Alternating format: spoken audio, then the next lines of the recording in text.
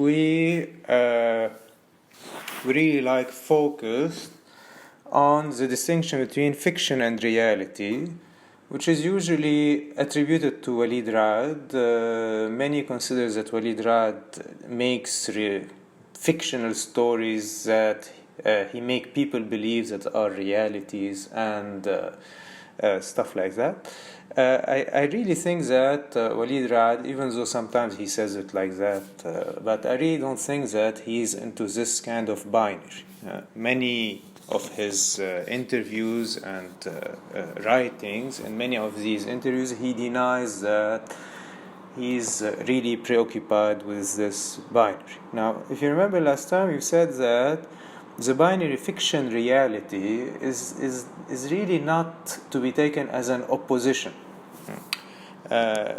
which means that following Godard and Walid Raad himself, the hegemonic powers, meaning the powers that dominate the world today, are those who produce fiction as such, and those who can or are able to impose these fictions as realities. If you remember last time, I told you that Hollywood is able to impose the image of the Arab, the Indian, etc., meaning they're able to produce the fictional image of the dominated minorities, and these fictional images become the real on the ground of which you have political decisions and the like. I told you last time that this binary doesn't only operate here, it operates even deeper. If you have seen the movie by Schlondorf, Circle of Decide, you see that the simplifications by the photojournalists and the way they picture violence as an extremely barbaric, unreflected violence, especially in the Lebanese wars, it triggers effects of reality. And this is known in the Lebanese wars that many militiamen used to kill in order to be taken into a picture, and via the mediation of photojournalism, they were able to establish a kind of provocation in relation to the other group, and the other group, when he sees that the first group massacred these people, and when they see the pictures, they retaliate and they massacre again, and you have this kind of dialogue between the militia groups via the journalistic outlets. So what Walid Raad is, he's not into that. I hope this is clear by now. When he builds his webs of information, as you have seen, be it in Missing Lebanese Wars or the talks that he gave on the kidnapped Arab Muslim men in the States, or on his storytelling about the explosion of car bombs, etc. We've seen that really the aim is here not to produce yet another fiction that will impose itself as a reality, but the proper category for that would be the category of confabulation. Now, what is confabulation? Confabulation is a form of storytelling where the artist or writer is going to create an intercessor. Either he's going to create this kind of alter ego, or he's going to find real people, and the work of art will consist in going into a form of confabulation, a kind of creating a fable or creating a kind of fairy tale together, meaning it is the artist or movie maker that is going to set the frame in which minorities who don't have the means to produce to mass in a massive way and distribute their images and their stories, this is when they have the occasion to express their inner sense of humor, delirium, the way they see things, the way they make fun of things, and the like. So I think, as you've seen last time, that the confabulatory is really a political strategy in the art, in order to give voice to the minorities when faced with a hegemonic discourse and images that impose themselves hegemonically on in the world. So Walid Raad is doing that. You see, when he creates the Dr. Fakhouri character, this is a kind of alter ego that will allow Walid Raad to go into a delirium on how to write the history of Lebanon. When he asks Bilal Khbez to play this kind of TV news reporter, he's actually, via Bilal Khbez, setting up a whole delirium about what people used to think about the car explosions and the like. Yeah, now you see, this is a figure that is not only present in Walid Raad. If you take Walid Sadeh, I don't know if you read the text, but in the text, the pulsing conversation, which is on the non-posthumous Survivor 2 and The Ruin to Come. So the text is pulsing conversation. I don't know if you remember, but in that text, Walid Sadeh calls or invocates Odysseus, because as you know, Odysseus disappeared or wasn't home for something like 20 years, and he comes back home. And for Walid Sadeh, the only valid discourse that he can establish with his wife is a confabulation. What does it mean? It means that the Odysseus that came back, which is 40 years old now, Walid Sadeh says that he's not the same as the Odysseus that disappeared and as the Odysseus which was there when he was 20. So you have now this entity which is the Odysseus with which Penelope had lived all these years of disappearance,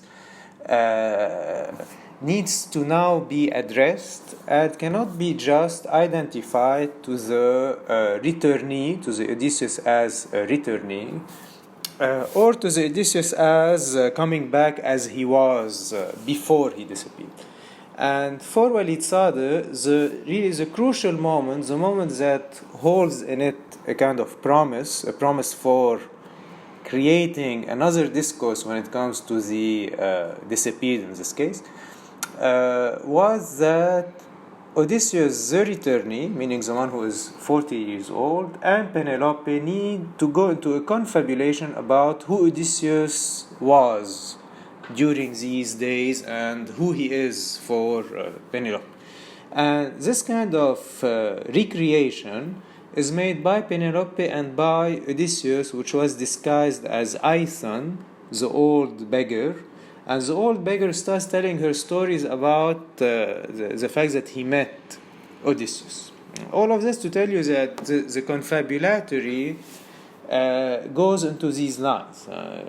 You find it in Walid Sadeh, where he thinks that all those who comes back from prisons, who were tortured, or who faced death in intestine wars, etc., what they need to do, instead of just resuming and coming back as victorious figures who went out of jail or who are going to resume the fight, what Walid Sadeh thinks is that actually what we need to do with these kind of survivors, what we need to do is establish with them a kind of confabulation where we recreate the fab, this kind of character, together by conversing together about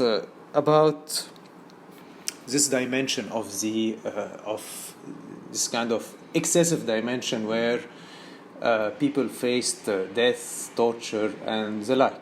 And I think this is another take on confabulation, but it's, if you want, it can be compared to the confabulation stories of Walid Raad, which are more into a kind of bringing to the surface a form of collective delirium. Oh. So if you want, this is what you have seen so far, and kind of to refresh your memories about last time. And I really think that it's very important to understand, the implications of these artistic gestures, like why Walid Raad is creating all these characters, Suhail Bashar, Dr. Fakhouri, we'll see later Suhat Rabulsi. He has many characters that he creates, and I think we need to understand it in this way. Now, another way to take that is related to what Walid calls the hysteric symptom. Now, to understand that, we need first to underline that for Walid Raad, or Walid Raad himself says that, he has like two phases in his work, two epochs. From 1989 till 2004, and from 2007 until today.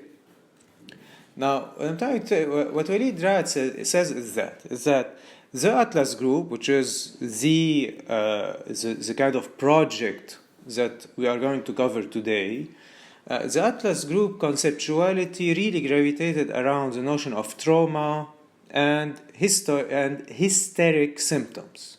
Now, then we mentioned that already. You have a break around 2004. This is when Walid Raad reads extensively Jalal Toufi. And this is when he's going to change his conceptuality.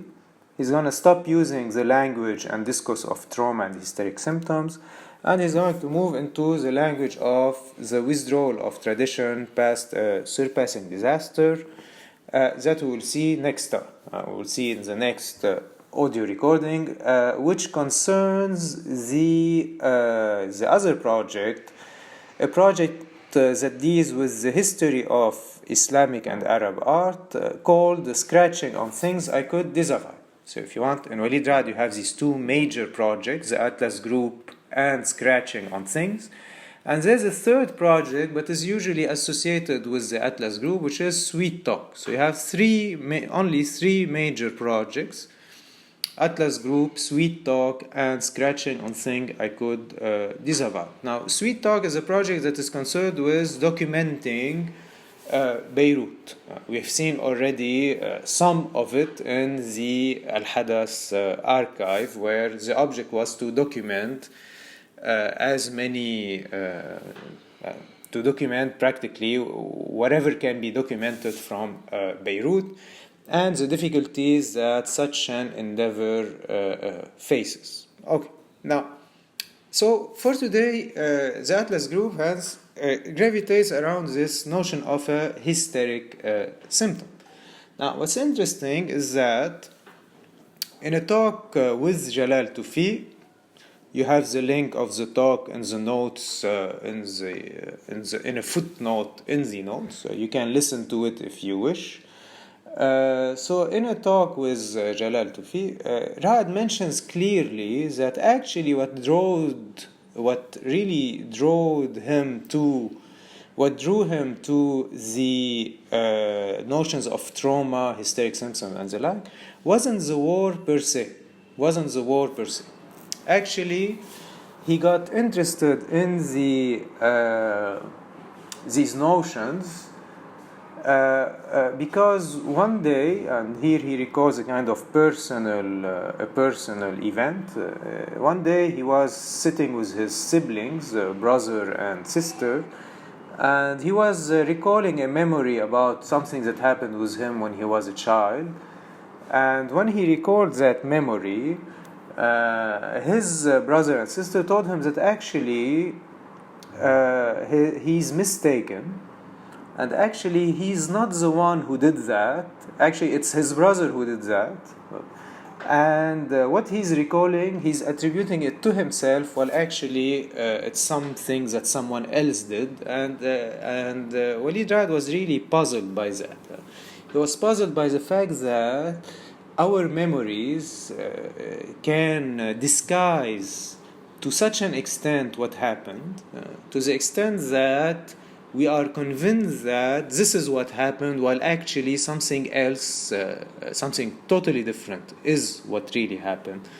And this is when he really got interested in these trauma theories. Now, just for you to know, we'll not do, of course, the whole psychoanalytical take on trauma theories, but if you want the basic, the most basic simplified version of the traumatic theory, as you can find it in Freud mainly, is that usually when someone is faced with a kind of shock, a traumatic event, what happens is that he registers, he really registers this event, even though he cannot represent this event as such. If you want, this is the basic. The basic thing is that you see something very shocking, but instead of, because your consciousness cannot allow you to accept that, to see that as it is, you have registered it, if you want, in your unconscious life. But now, this kind of recorded event is going to manifest itself into all kinds of symptoms that are going to disguise the original event into, for the time being here, what we can call hysterical symptoms, meaning symptoms that are going to denote what was recorded, even though they are not really faithful representations of what was recorded. So if you take the hysteric symptoms in cases, the cases studied by Freud, it's a woman that have difficulty breathing, and she feels disgusted all the time by touching usually men or things that men had touched. And then after analysis, Freud discovers that when she was a child, she witnessed a scene where her father was having an affair with a woman, a friend of the family, and actually she couldn't accept that. And this is why later on, each time she saw something related to sexual intercourse and the like, she used to have these hysterical symptoms, which came to stand in the place of what really, the real memory of what happened. So I hope you get this kind of very simple, basic schema. Hence you have the real event, which is the traumatic event. This real event is recorded somewhere inside your psyche. But then, instead of dealing with it as such, you are going to make a whole work of distortions that are going to replace the real event with a kind of another event. And these distortions usually come from your memories, fantasies, and the like, and they create a kind of double of the real event. And this double stands now as a screen that doesn't allow you to see the real event, and you start dealing with the screen as if it is the real event. So I hope this is clear. So if you want, the tripartition is that you have an event, then you have a gap between, you have a kind of blank between the event and what you live, meaning you're unable to represent the event, and what comes and fills in the gap are the hysteric symptoms as such. So I'll read you a quote here from, it's in the notes, page 102. Walid Raad speaks like that about these hysteric symptoms. He says, I was searching for a way to document these experiences, meaning the experiences of the war. A way that proposed other terms than index or convention to think about the relation between the photograph and its referent. So what he's saying here is that he doesn't want to make photographs which are indexical, meaning where the photo immediately shows what happened. One possible answer that appealed to me at the time had been proposed long ago by psychoanalysts, writers, artists, and others thinking about other wars, namely that in certain events of extreme physical or psychological violence, a gap emerges between lived and experienced events, and that this gap is at times filled by hysterical symptoms, recurring anxiety dreams, flashbacks, phobias. These hysterical symptoms may be said to document the situations that gave rise to them.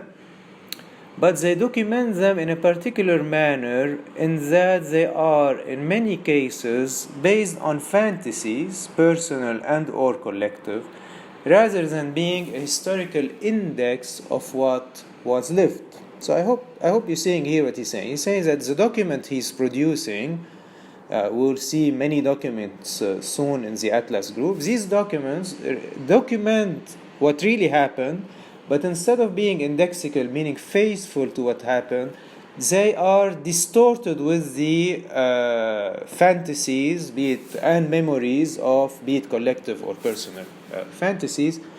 And this becomes like the real document because it takes into consideration the shock through which those who witnessed or lived these wars, it takes into consideration this shock. So he continues by saying, I found this notion of the hysterical symptom to be a beautiful and generative way to think about the referential relations between the photograph and the world.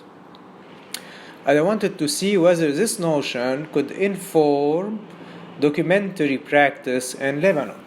This resulted in my working in a certain way, which I am able to articulate after the fact, when I started working on the Atlas group in the mid-90s, etc.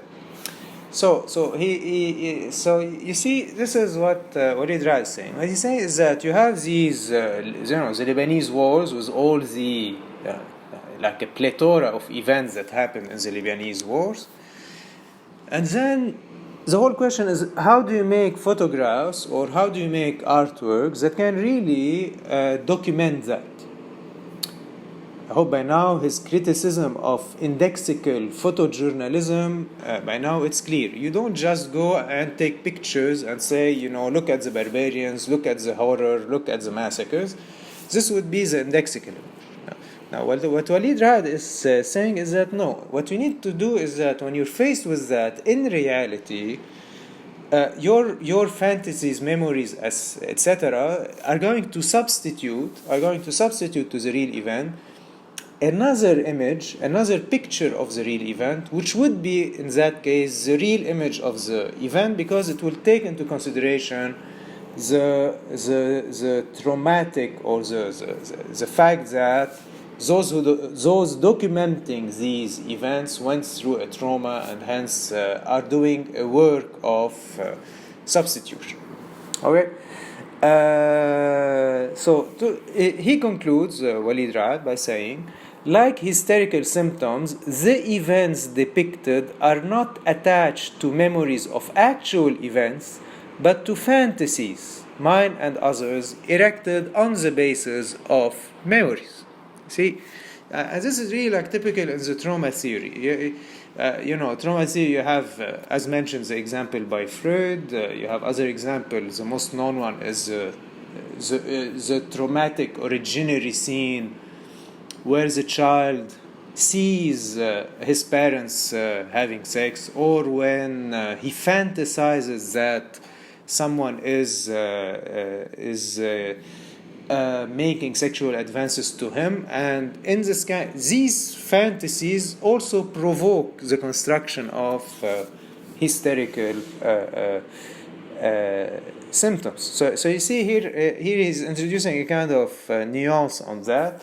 The trauma as Walid Raad here is saying, trauma can either result from a real event that leads to the construction of hysterical symptoms, and this construction will use all kinds of fictional memories, stories, and the like, or an event could be disguised by fantasies into a traumatic event and then hidden and shielded by more fantasies to hide the constructed traumatic event. So you have these two versions. Okay, there's no need to go into all the details, but at least you're getting that.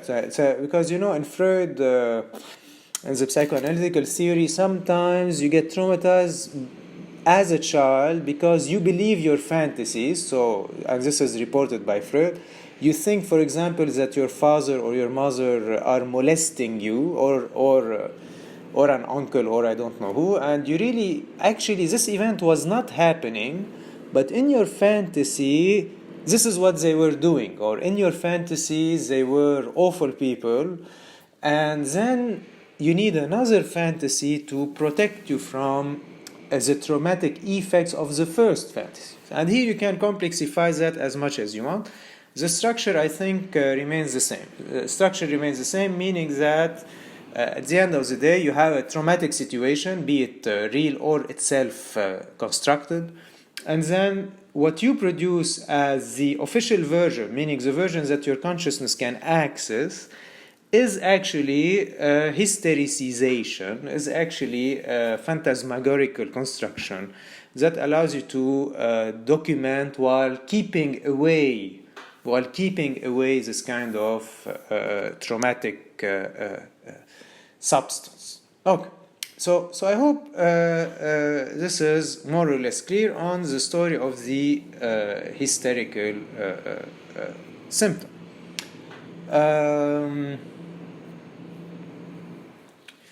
So now, in order to do that, how does Walid Raad proceed? Walid Raad proceeds like that. You see, he was, at least back then, really into this kind of trauma theory.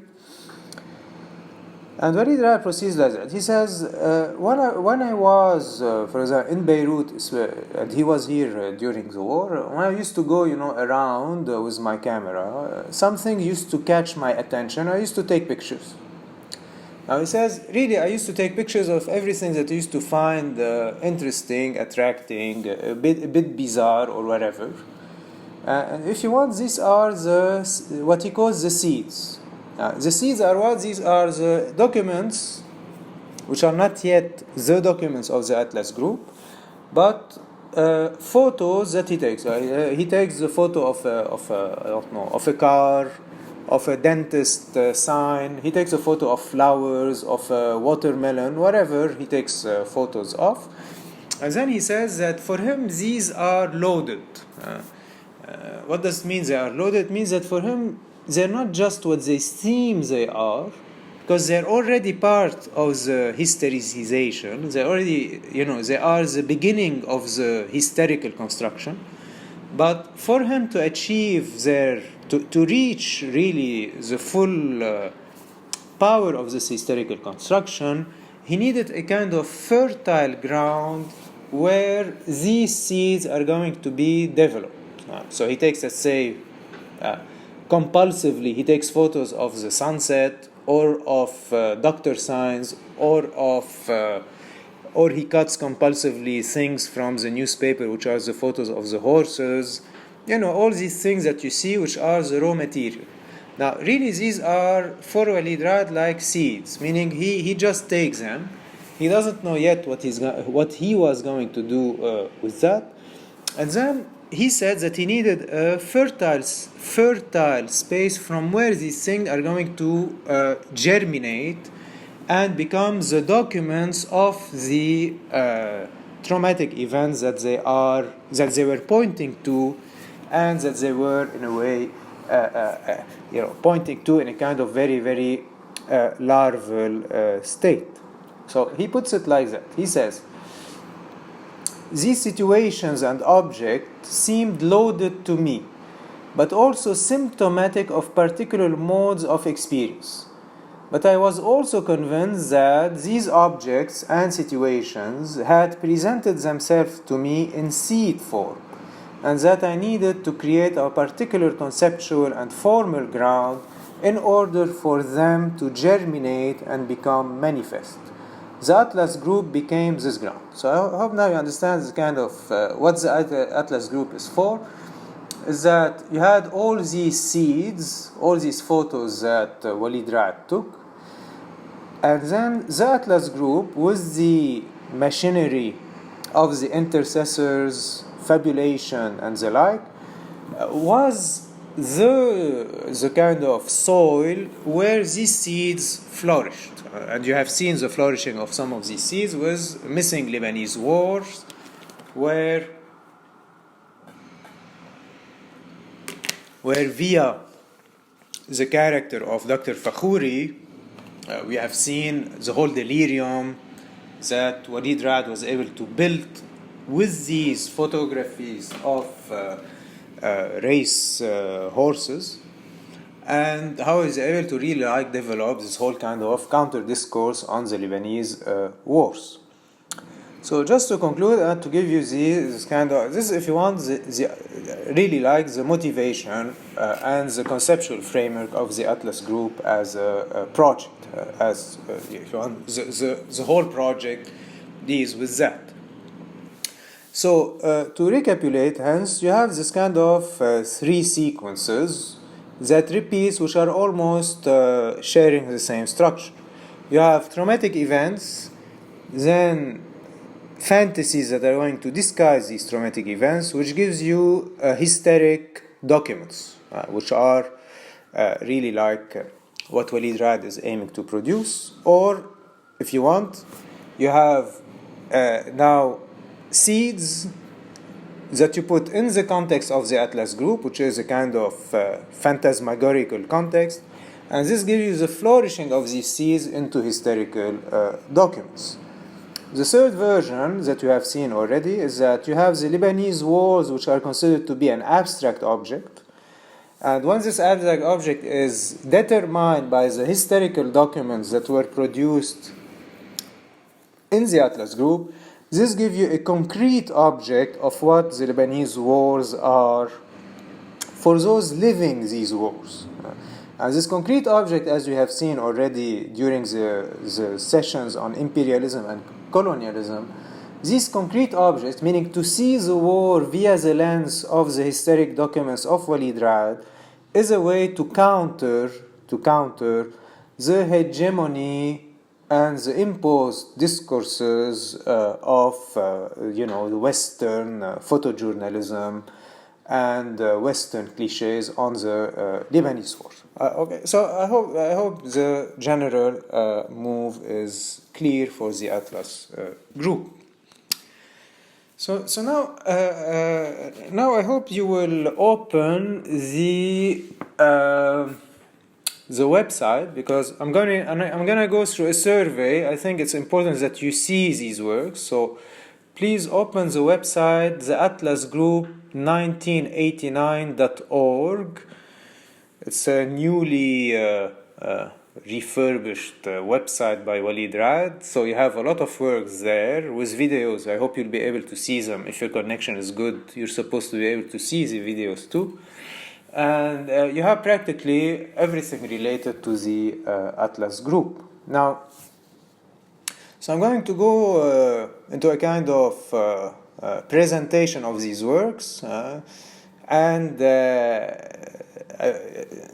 I'll ask you to click and open the correspondent documents on the website.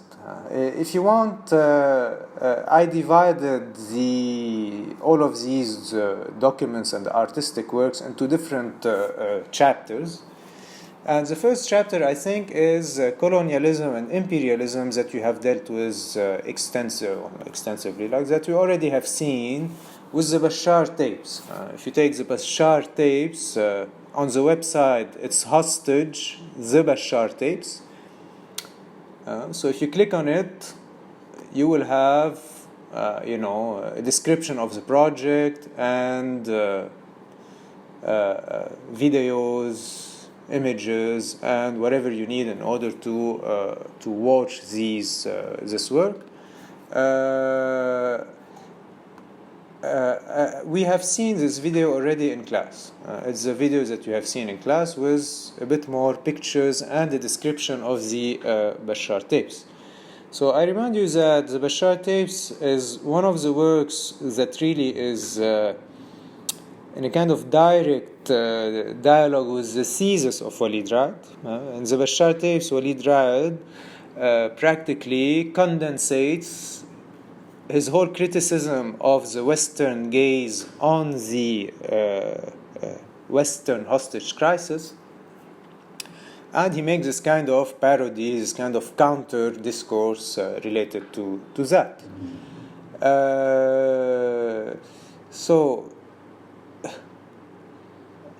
So his conclusion about that, he says, about the Bashar tapes, he says, my interest today is in how this kind of experience can be documented and represented. I am also convinced that the Americans have failed miserably in this regard, but that in their failure they have revealed much to us about the possibilities and limits of representing the experience of captivity. What I want to ask is, of all the ways the stories of captivity could have been written, why were they written this way? So I will not go through the whole analysis of the Bashar tape again, but I hope you understand what he's saying here. He's saying that, the way that the Westerners documented their captivity, like beginning with the weather, with the cliches that circulated, with the sexual presuppositions that used to be a kind of mentioned, etc., etc. And of course, Walid Raad is going to produce a kind of counter proposition to that, as we have seen in his critique of imperialism. Now, you have another project related to colonialism and imperialism, which is the hostage, the Bashar Polaroids. The Bashar Polaroids are a series of photographs where you see Bashar almost blending in the background. He's kidnapped. Maybe you could think that this is a way to express his disappearance, given that he was kidnapped. But also you can see that this kind of relations that you have already seen in Walid Saad, this kind of where the figure cannot really get off the background. And this we're going to see it formally also very present in Walid Raad. You see many of his works, figures and background almost are merged together. If you remember when we have spoken about the haptic ways of doing images in Lebanon, where things cannot detach, cannot stand on their own anymore, because they're always weighted by the stories that surround them. If you remember the Holiday Inn that says, I can't really paint it as standing at a distance, because when you look at it, you have all these memories of violence, blood, war, and the like, which makes the figure contaminated by this background. You're unable to see it as such. This is, if you want, one of the interpretations that leads to this kind of haptic vision. So another project related to colonialism and imperialism is civilizationally. We do not dig holes to bury ourselves. So civilizationally, we do not dig holes to bury ourselves. Now I think that this is related to imperialism and colonialism, because actually this is also the title of an interview in his book Scratching on Things.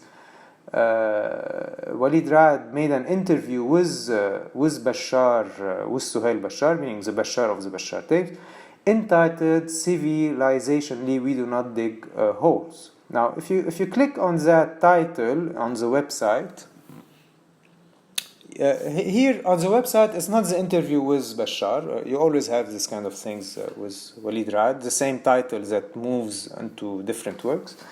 Sometimes you have the same title for different works, or an interview and a work and stuff like that. And this allows you to create relations, of course. And in this work, you see Dr. Fakhouri. And the description says that it is when Dr. Fakhouri went to Europe and he took pictures of himself with the European monuments. And what's interesting in all of these pictures, practically all of them, you see always Dr. Fakhouri looking away from the monument. You see really like Dr. Fakhouri looking away from the monument, as if for him what really needs to be seen is not here, but it is somewhere else. Now, this looking away could be understood in two ways. So, for example, you have, as you can see on the website, Dr. Fakhouri holding binoculars and looking away from the Eiffel Tower, while he's supposed to look at the Eiffel Tower. And Walid Raad interprets this like that. This is how he reads this. It is that this work is one fragment from the project titled The Atlas Group. The Atlas Group seeks or produces documents, photographic, literary, or other, that shed light on the contemporary history of Lebanon. The archive is composed of numerous documents that are attributed to various characters. Some of the characters are even imaginary. The character in question here is presented as a renowned historian who, upon his death in 1993, donated notebooks, photographs, and films to the Atlas Group for preservation and display. These are images that he produced of himself in 1958 and 59 during his one and only trip outside Lebanon to Paris and to Rome. The man is not only not looking at the camera, he is also not looking at the objects in front of which he is standing. I mean, he is under the Eiffel Tower and decides to pick up a pair of binoculars and look away. He is almost saying, I'm going to look away because I don't think history is here. And in a sense, giving us an opening to think about how to write the history of contemporary Lebanon. Should we look for it in the historical monuments and the ruins, or should we look for it elsewhere? So as you can see here, in this interpretation, Walid Raad makes this image of Fakhouri looking away from the Eiffel Tower as if it's a statement on the way we should write or not write the history of the Lebanese wars. It remains that there is another reading. As I told you, each time you have a title by Walid Raad, especially if they sound like big sentences or poetic sentences, he's definitely not doing poetry, but he's hinting to a political or a historical event. Now, the political or historical event here Walid Raad is hinting to is a kind of quiproquo that happened in India, where Madeleine Albright told Singh, which is a kind of Indian official, and she told Singh that actually India is digging a hole for herself because India was pursuing a nuclear project. And Singh then replied to Albright that civilizationally we in India do not dig holes to bury ourselves. And for Singh, this was a kind of cultural insult. For Madeleine Albright, that she should know that Indians, especially the Singh, which is a Hindu, they don't bury their dead, but they burn them. Hence, by saying that India is digging a hole to herself, she's in a way, at least for Singh, this was a kind of cultural insult. And I think all these documents which relate, in this case, to Bashar and Dr. Fakhouri are dealing with cultural insults. And this is how, if you want, Walid Raad puts it in place. Now, you have another pack of works that deal with car bombs. Now, these works that deal with car bombs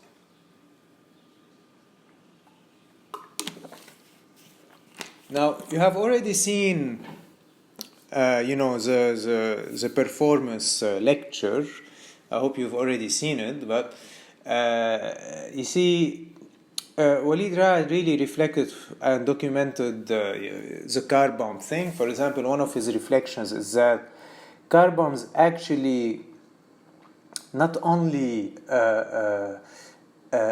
are caused by the sectarian divides, but car bombs also lead to more sectarian divides. So you have a kind of loop between the sectarian divides, let's say, Shia, Sunni, Maronite, etc., how they are distributed in their neighborhoods, and which could lead to car bombs, like, let's say, a Sunni group sends a car bomb into a kind of Maronite area. So the sectarian divides can lead to car bombs, but also car bombs can reinforce the sectarian distribution in Lebanon. Because when you have car bombs, and this is part of the Q&A towards the end of the performance lecture, actually what happens is that the level of paranoia rises and the neighborhood starts to close on each other. They only sell and rent homes to people they know. This way no one can come inside the neighborhood without being immediately spotted. So whatever is the case, Walid Raad worked on the car bombs issue in many works. One of them is Notebook 38. You can click on it. In Notebook 38, you have photos of cars that are supposed to have been the car bombs used in the Lebanese wars. So you have like photos of, Toyota, Mercedes, whatever. You have all kinds of photos of cars, and each car is actually a bomb. So they're not just cars, they are actually a bomb. Another project is My Neck is Thinner, and you see these cars dancing with text describing the car and stuff like that. Now when you read that, you understand that these are bombs, and you have this kind of flip in your perceptions. Now, and another project is My Neck is Thinner Than a Hair, that you can find on the website too. And My Neck is Thinner Than a Hair, again, Walid addresses the issue of the car bombs. And here you have a kind of humoristic take on the car bombs, because it seems that when a car bomb explodes, the only piece that remains intact is the engine, and this engine can fly sometimes for 50, 80 meters. Sometimes you find it on a balcony, sometimes you find it on a rooftop, and you have the images of these engines, and you have people around them as if they are trophies or animals or whatever. So you have this take on these engines that fly away after a car bomb. But now the other work that you have seen is We Can Make the Rain, but no one came to ask, which is the performist lecture that I hope by now you watched either in English or in Arabic. Now. So the performance itself is My Neck is Thinner Than a Hair, but inside it you have a video called We Can Make the Rain, but no one came to ask, where you have a video, this video that you have of the documents about the street Fernishebek, and you see Fernishebek deserted, there's no one in it. And in this video, Walid Raad puts in place many plastic kind of features. The fact that many times it's filmed like in a slot view or a peripheral way of seeing, like when you're kidnapped you have the bandage on your eyes, and not only when you're kidnapped, because when you are in a situation of war you can't see things frontally, so most of the time you see things on the side, because you are panicked, you are running, you are moving your head, and you see things happening on your side. I don't know if you remember the witness, the fork-tongued witness in the Palestinian in Sabra and Shatila during the massacres, that says that while he was walking, from the side of his eye he was seeing the mother with the dead mother with the baby on her. And this really is kind of peripheral seeing that is proper to situations of violence. Now, in this video work, we can make the rain, but no one came to us. In the video work, you see this kind of slot peripheral view. You also have, I hope you'll watch the video, either on the website or you have it in the documents in the classroom. You also have things which are weird. For example, you have the empty street, which is furnished shabak, and you see a car moving in the street and it disappears all of a sudden, then it reappears after a while. So you have this kind of disappearing, appearing kind of things. And really here Walid Raad in an interview said that he was wondering what kind of universe is a universe where people appear and disappear on film. Of course, the universe is most probably a civil war. As you know, there are appearances, disappearances, and all kinds of things that vanish in one day. And I think keep this in mind. This is a treatment, a formal treatment of that. Another treatment in this video are the fade in, fade outs, where you stop, where you're unable to remember properly what you have seen, which is, I also think, a way to address the workings of memory and the workings of memory, how you can't really remember properly the events that you have seen in these situations. And he puts these formal elements, I think, in this video. So to move on, you have other works dealing with car bombs, which are they thought they would be they thought they would be safer. It's a humoristic take again on I don't know if it's just on how they used to inspect the holes when you had a car bomb, and usually they used to kneel down.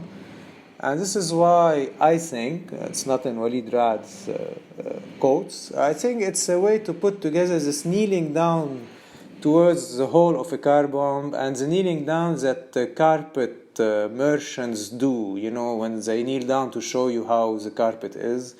And I think these two gestures are associated here by Walid Raad, where you see the car bomb expert kneeling on carpets.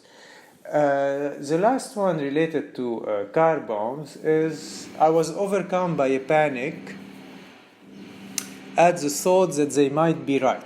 Now, of course, when you read this, you have to Google it and see it relates to what. This could be the object of a paper. Then you see it relates to what, and you start reinterpreting the words through that. I didn't do this for this one. And in this last piece that you have also on the site, you have a model with all the different holes that the car bombs had provoked. And it seems that this model was presented to the parliament in Lebanon, and the parliamentaries were very, very upset by seeing this model in the parliament. You can understand why, because most of these, at least this is what we think in our collective fantasized imaginary, and also it is real that most of these car bombs were ordered and commissioned by those which are in the parliament. So Walid Raad puts this kind of relation like that.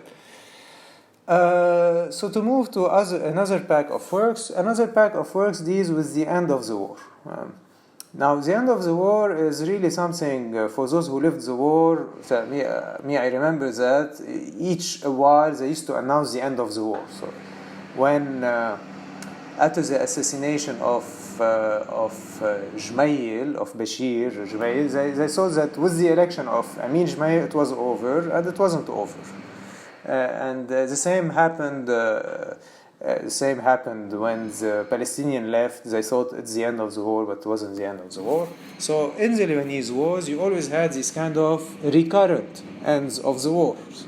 So to picture this kind of event, the Hysteric document is that it's a kind of work by Walid Raad, where now here you have different versions. So in one of his books, he says that Sarkis, the Lebanese president himself, each time they used to announce that the war ended, he used to take a picture of wherever he was. So you have all these random pictures, a beach, watermelon, a guy walking in the street or whatever, that then Walid puts together. Now you have other versions of that, which are in the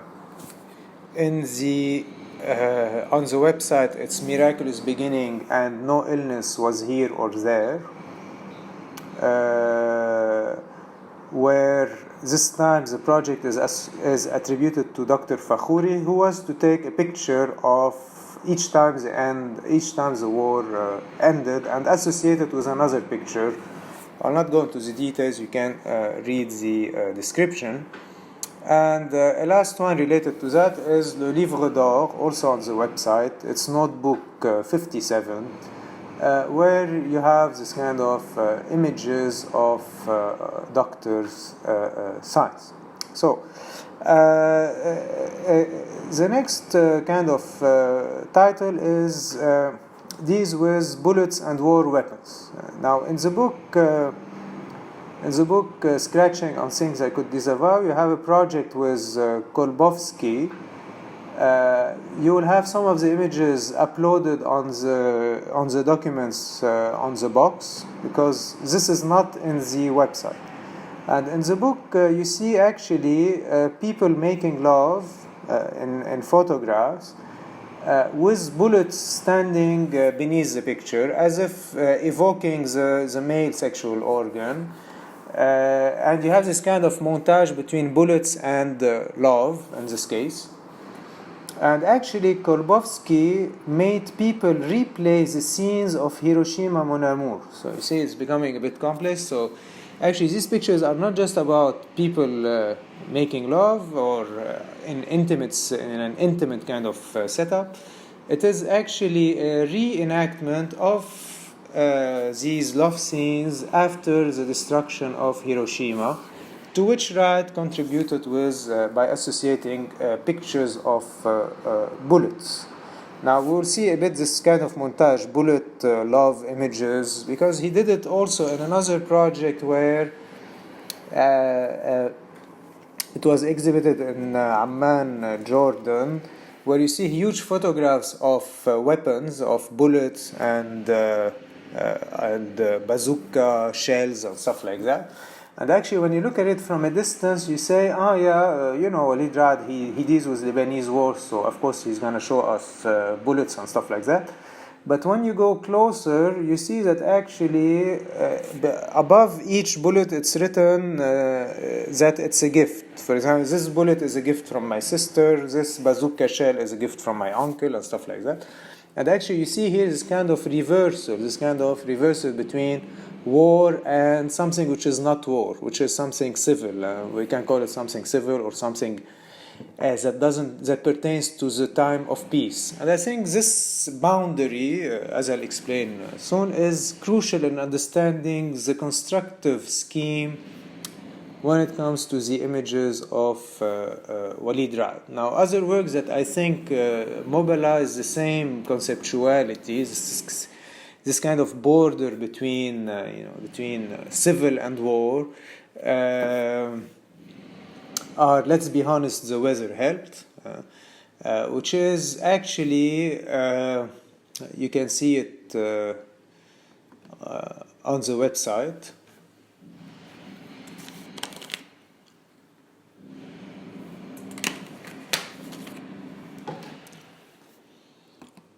So on the website, if you click on Let's Be Honest, The Weather Helped, it's a project. If you look at the images, they look very joyful because you have these black and white images with all kinds of colorful dots. This is what I would call the civil side, or the kind of amusing side. And of course, when you read what these bubbles or balloons refer to, they refer to the color of the tip of the bullet which was inside the wall. So it relates to war and destruction. And here, this is where it flips. So you have these black and white nice photographies with these balloons, and then you understand that the balloons are actually war signals, and this is how the image is flipped upside down. If you want here, it's a reverse flip from the first one. It's not that you see bullets and actually they are gifts, or you see cars where actually they are bombs. Here it's like cars which are bombs. I mean, you see nice things which are actually not very nice things, meaning things that pertain to the war. Another project in the same line is I Might Die Before I Get a Rifle. You have it also on the website. It also deals with weaponry. There it's images of weaponries. You can read the description. And the last one is I Want to Be Able to Welcome My Father in My House Again, which is about drawings of bombs, the bombs that fell on the house of the Raad family. Now to go quickly, because time is running, so you have another series on latent images that we already covered, so I will not develop it again, which are Miraculous Beginnings. I hope you remember this project where you have gray monochromes and the dead people beneath the gray, like beneath the rubbers. You have Secrets in the Open Sea, where you have blue monochromes and the dead migrants under the sea. And you have another one, which is We Are Fair People, We Never Speak Well of One Another, that you can find on the website, and you can read its description, which is about latent images, meaning things that are there in the image which are a bit weird, and you can read the story about that project, that work, where it seems that the father of Walid Raad used to take pictures and used to look at details inside them, because there's always something hidden inside the picture. You have also works on the writing of the Lebanese wars, which are Missing Lebanese Wars, Better Watching the Clouds, and the Disclosure, that we have already seen practically. Disclosure is the one dealing with the diagrams of the Hariri assassination, and Missing Lebanese War is the one we have seen with the horses. You can read about the third one, Better Watching the Clouds. Now, the last series is about in the Atlas project. You have a series on the Israeli invasions and strikes, like Oh God, She Said while talking to a tree. Now here, what's interesting is that Walid Raad says that for him to be able to picture the air strikes by the Israeli forces, he had to telepathically communicate with the Israeli soldiers in order for him to know where they're going to strike, in order for him to be able to take the picture. So he needs, in a way, to take a picture of the future, meaning he needs to turn his camera to a place by guessing where the airplanes are going to strike, or else he wouldn't be able to really capture the event while it's happening. I'm mentioning this because you see, capturing war events is a complicated thing. Yeah? You never really know where it's going to happen. You're always too late or too early. And Walid Raad, he invents this kind of telepathic form of photography to deal with that. You have other descriptions in the note relating to that. On the East-West Beirut division, this he dealt with in the Operator 17 project. Now, in the Operator 17 project, it's a story of Lebanese army intelligence that was supposed to go to the Corniche and film suspects, drug dealers, and the like. But instead of doing that, each day towards the sunset time, he compulsively turns the camera towards the sunset, because actually he used to live in East Beirut, and in East Beirut, as you know, you didn't, access to the sea was difficult. The Corniche is in West Beirut, and people living in Ashafi, etc., couldn't have access to the sunset site. And this Lebanese officer is one of them, hence compulsively he does that. Now I insist here to say that here you have the kind of compulsive thing. You cannot stick to your democratic civil kind of tasks, like you are an army officer and you are supposed to do your task, which is to film people who are suspects. But the war comes and deviates your gestures, deviates your behavior towards filming the sunset because you used to live in East Beirut. If you want, this is the structure of that. Now, on documenting Beirut, which is the other project, it's not the Atlas group anymore, it's the Sweet Talk project. We have seen already the Al-Hadath archive. You have the Sweet Talk photographic documents of Beirut.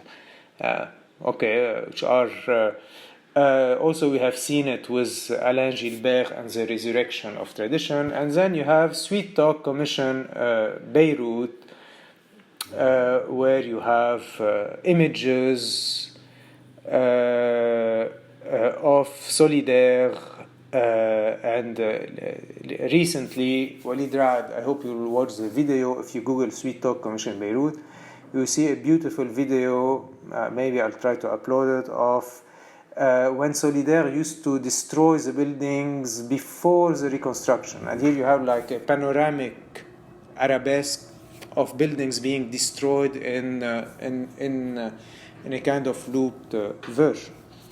So to conclude, just to formalize that, because I think the formalization is important. Really, what you can see here, I think what makes these images specific, if you look at these images, I hope you will do that by going through the website. What is really peculiar is what I would call an actual cut. An actual cut is an interruption in a continuum. But actually, it's an interruption in a continuum where you still have a causal order. I explain. If you take a car explosion, I think a car explosion is an actual cut. Why a car explosion is an actual cut? Because, you're walking in the street, and if you have the chance to survive a car explosion, all of a sudden, you go from a normal day into hell.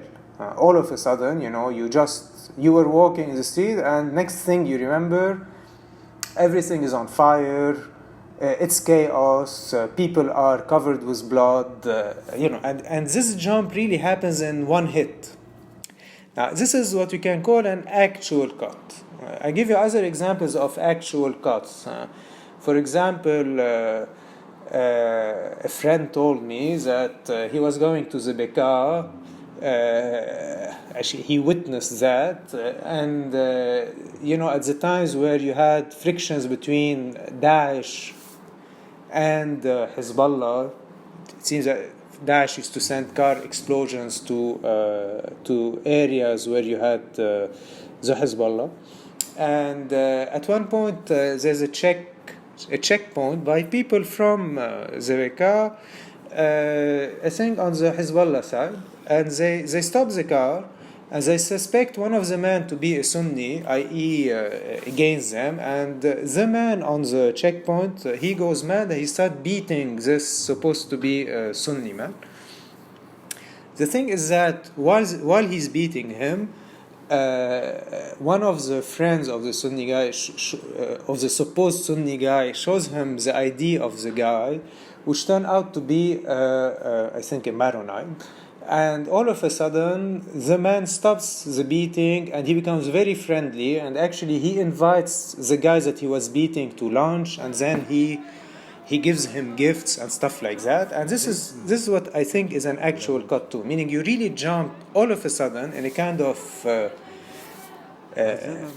uncontrolled way from a state into another state while remaining in the same causal continuum. If you want, the actual cut of all is the civil war itself. If you watch, as I hope we will, excerpts from the movies by Jocelyn Saab. She filmed the war just after it happened, really, like in 75, 76. And actually, you see that, you know, the glamour of Beirut, the golden ages of Beirut was still there. But it's as if all of a sudden, we went from a kind of, in quote, paradise into hell. And for people who lived, you know, the golden age of Lebanon, your parents maybe, or my parents, for them it's still very, very shocking how things moved in less than 2 years from a place which was considered to be more or less fine into something which is absolutely hellish. These are actual cuts. I hope now you understand this kind of concept. Actual cut, you are having a kind of normal life, and all of a sudden it turns into something absolutely different while remaining in the same causal continuum. So if you take the images like the car, which are bombs, I think here the image itself is structured around an actual cut, meaning cars are bombs. They jump from one to the other. Or if you take the one we have seen with the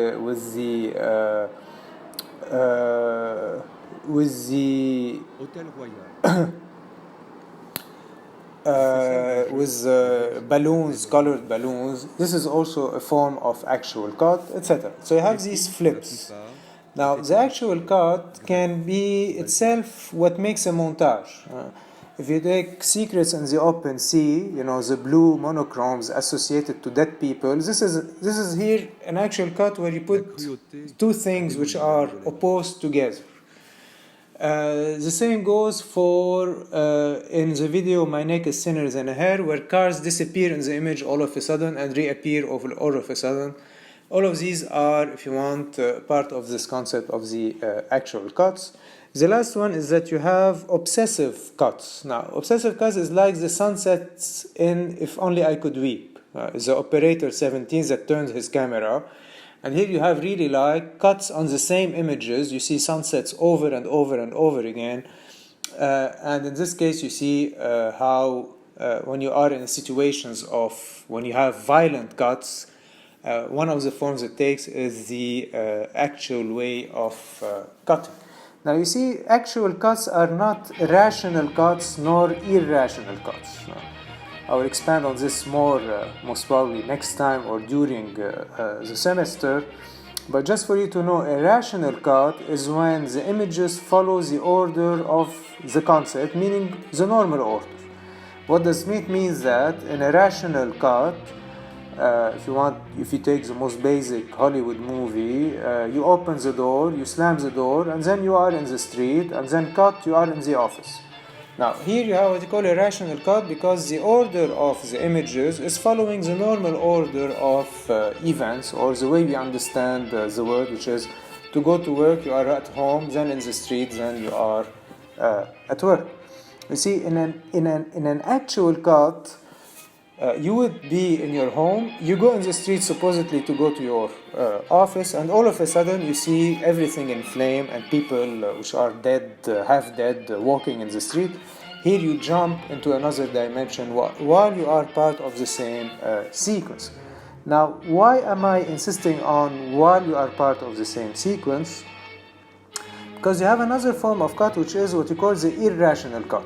Now, the irrational cut is like in movies about dreams or memory or stuff like that, or even memory itself functions with irrational cuts, meaning you can jump to any memory you want without the need of having a physical causal continuum that justifies these jumps. For example, you can remember your cat, and then how you were at school, and then you jump towards remembering yesterday when you were eating an ice cream. These are what you call irrational cuts.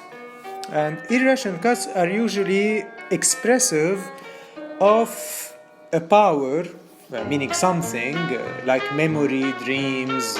You have a lot of powers that I will not cover here, like the power of memory, the power of dreams, the power of dance, the power of time. All of these things are powers, and usually irrational cuts, they deal with that. They don't deal with the normal world. They deal with memories, dreams, and the like, where you jump from one thing to the other, justified by the fact that you are exploring a dreamy or mnemonic dimension. You see, the actual cut is different. Why? Because you are still in the normal world, and all of a sudden you jump into an abnormal world while remaining in the normal world. So this is why it's a cut inside a continuum, and not inside the physical, real continuum, and not a cut in some power. So I hope now you're getting a bit more familiar with these actual cuts. So to conclude, Walid Raad, as you can see, mobilizes a number of ways of seeing. So we have seen the telepathic vision. If you want to take Israeli airplanes bombing, you need to see in advance. We had what you call the double perceptions, where you see something and it jumps into its opposite, like the car that becomes a bomb, or like your neighbor that becomes a militiaman, or stuff like that. This is a double perception. Or also like Verdun, which is in Lebanon and in France. All of these are doubles related to the history of Lebanon and to the history of the violence inside Lebanon. You have what you call delirious associations, like we have seen in Missing Lebanese Wars, compulsive actions, like the actions of Operator 17, and last you have a flat perception, because as you know, after a car bomb, when a car explodes, you feel that now danger can come from anywhere, and your world is not anymore the normal world where you move, you move in a kind of a sense of certainty that nothing bad will happen to you if you're walking down the street, and you feel that you are confident about moving in this or that direction. This would be a 3D world where you can project your actions, and you think that you can succeed projecting your actions. But in the experiences of the Civil War, be it a bombardment or a car bomb or a kidnapping or all of these traumatic incidents, you can't really anymore move safely. And if you have experienced once a car bomb, you really become like a bit paranoid, and you feel that the sky itself, the blue sky, is menacing because you never know from where the bomb is gonna appear. So actually your visual field becomes flattened, because it's as if behind it there's a kind of lurking danger that can pop up at any moment. So you have all of these more detailed in the notes. I hope you will read the notes. You have at the end a table of the works that I've cited today with the title of the work, the persona, a small description. This way you can keep track of that. Of course, if you have questions for these sessions, you can, because there are no classes, ask them via email, or you can book office hours when we come back later, meaning hopefully next week. Okay, so I'll send you soon the recording of the second session. Please listen to these recordings, because I'm gonna resume by supposing that you have listened and you have read the notes. So that's it for today.